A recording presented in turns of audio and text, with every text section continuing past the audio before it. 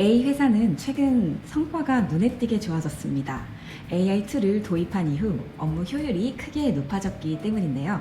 그런데 이상한 건 업무 속도는 빨라졌는데 팀원들 간의 대화는 줄었다는 점입니다. 불필요한 논의가 줄어든 건 좋은 일이지만 어쩐지 팀원 간의 유대도 함께 사라진 느낌이에요. 혹시 지금 여러분의 조직에서도 비슷한 변화가 느껴지시나요? 실제로 한 글로벌 리서치에서는 AI 도입 이후 협업 만족도가 오히려 낮아졌다는 응답이 늘어나고 있다고 합니다. AI 덕분에 일은 편해졌는데 팀워크는 왜 더 어려워졌다고 느끼는 걸까요?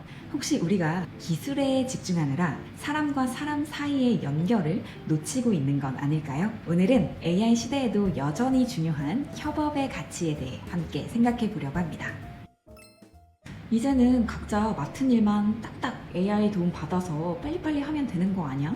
굳이 예전처럼 다 모여서 이야기할 필요가 있을까? 요즘 이런 생각 많이들 하시죠? 그럼 여기서부터 한번 시작해 볼게요. AI가 많은 일을 대신해주는 시대에도 우리는 왜 여전히 사람과 협업해야 할까요? 첫 번째 이유는 협업은 예전에도 지금도 여전히 중요한 가치이기 때문입니다. 우리가 하는 대부분의 일은 혼자만으로는 완성되지가 않죠. 한 사람의 결과가 다음 사람의 시작이 되고 그 연결이 끊기면 전체의 성과가 흔들리죠. 그래서 예전부터 팀워크는 단순한 협조를 넘어 성과의 구조를 안정시키는 기반이 되어 왔습니다. 그리고 또 하나 중요한 점은 협업을 잘하는 사람은 언제나 조직에서 영향력 있는 존재였다는 거예요. AI 시대라고 해서 이 사실이 달라지진 않겠죠. 앞으로도 서로를 이해하고 조율하며 함께 일할 줄 아는 사람은 어떤 팀에서도 꼭 필요한 존재일 겁니다. 그 능력이 곧 나를 지켜주는 경쟁력이 되는 거죠.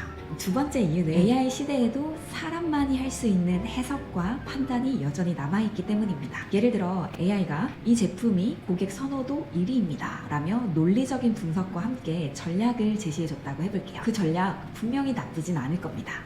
막연한 감에 의존한 게 아니라 수많은 데이터들을 바탕으로 도출된 좀 믿을만한 방향일 테니까요. 하지만 그 전략이 지금 이 시점, 이 조직, 이 팀에게 정말 최선의 선택일지는 AI가 다 판단할 수 없을 겁니다.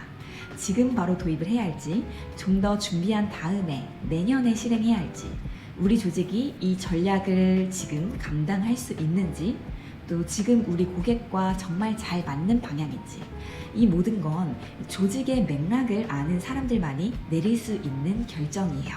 AI는 다양한 선택지를 보여줄 수는 있지만 그 중에 어떤 선택을 왜 어떻게 선택할지는 여전히 사람들의 몫입니다.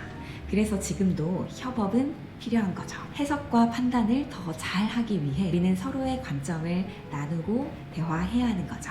세 번째 이유는 AI 시대이기 때문에 오히려 협업은 개인과 조직 모두에게 지속적인 성장을 가져다주는 강력한 협업 방식입니다. 요즘 AI 덕분에 혼자서 빠르게 일 처리를 끝낼 수 있게 됐죠. 효율은 높아졌지만 동시에 사람 간의 접점은 점점 줄어들고 있습니다. 그런데 중요한 건 진짜 배움과 성장은 혼자 일할 때보다 누군가 부딪히며 일할 때 더 많이 일어난다는 거예요.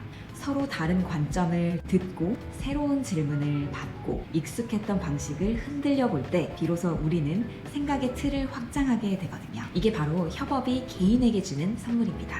이러한 개인들이 모인다면 당연히 그 조직 역시도 공동의 성장을 향해 나아가게 되겠죠. 협업의 의미를 아는 조직에서는 구성원들이 몰입감과 소속감을 지닌 상태로 일을 하게 되고 그게 자연스럽게 장기 성과로도 이어지게 됩니다. 그래서 요즘은 AI를 잘 활용하는 조직이 빠르게 성장하는 건 맞지만 그 AI를 함께 잘 쓰는 조직이 더 오래가게 될 겁니다. 기술은 결국 우리 팀이 일을 더 잘 할 수 있게 돕는 도구일 뿐 성장도 지속성도 그 중심에는 언제나 사람과의 연결이 있습니다.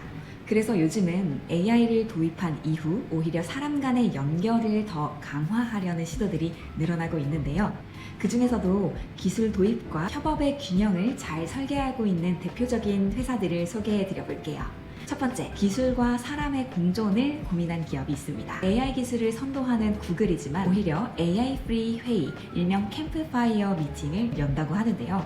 이 회의에서는 AI는 일부러 사용하지 않고 사람 간의 대화와 공감, 연결에만 집중한다고 합니다. 기술 중심의 회의가 많아질수록 사람 중심의 시간도 의도적으로 확보해야 한다는 판단이 있었던 거죠. 기술을 어떻게 쓸지에 앞서서 함께 일하는 사람들 사이에 대화부터 설계하는 조직, 바로 구글이었습니다. 두 번째로는 기술 도입 그 자체를 협업의 실험장으로 삼은 조직들이 있는데요. 먼저 카그로스는 AI 툴을 전사적으로 배포하기 전에 AI 포워드라는 실험 조직을 만들어 다양한 부서의 리더와 구성원들이 함께 모여 우리가 이 AI를 어디에 어떻게 쓸 수 있을까를 먼저 논의했다고 합니다. 그 결과를 바탕으로 시범 도입과 피드백을 반복했고 협업 방식 자체를 새롭게 설계했죠.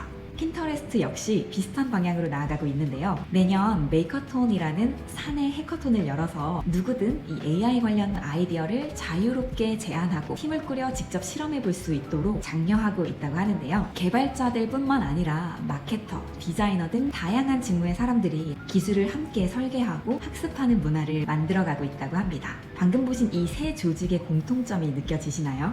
AI를 단순히 효율을 높이는 도구로만 보지 않고 사람 간의 협업을 더 잘 설계하기 위한 기회로 활용하고 있다는 점입니다. 기술과 사람의 균형을 맞추는 관점, 바로 이것이 AI 시대의 새로운 협업 방식 아닐까요? 이처럼 AI 도입이 경쟁처럼 이어지는 변화의 한복판에서도 협업의 중요성을 잊지 않고 사람과 사람 사이의 연결을 다시 설계하는 조직들이 있습니다. 이런 조직들이야말로 퍼실리테이션의 가치를 알고 있는 조직이라고 말할 수 있을 것 같아요. 많은 분들이 퍼실리테이션이라고 하면 단순히 회의를 잘 이끄는 기술을 떠올리곤 하지만 실은 일이 잘 되도록 설계하는 이 모든 과정이 퍼실리테이션의 영역입니다. 그 안에는 소통, 의사결정, 변화관리, 그리고 오늘 이야기한 이 협업까지 모두 포함되어 있죠.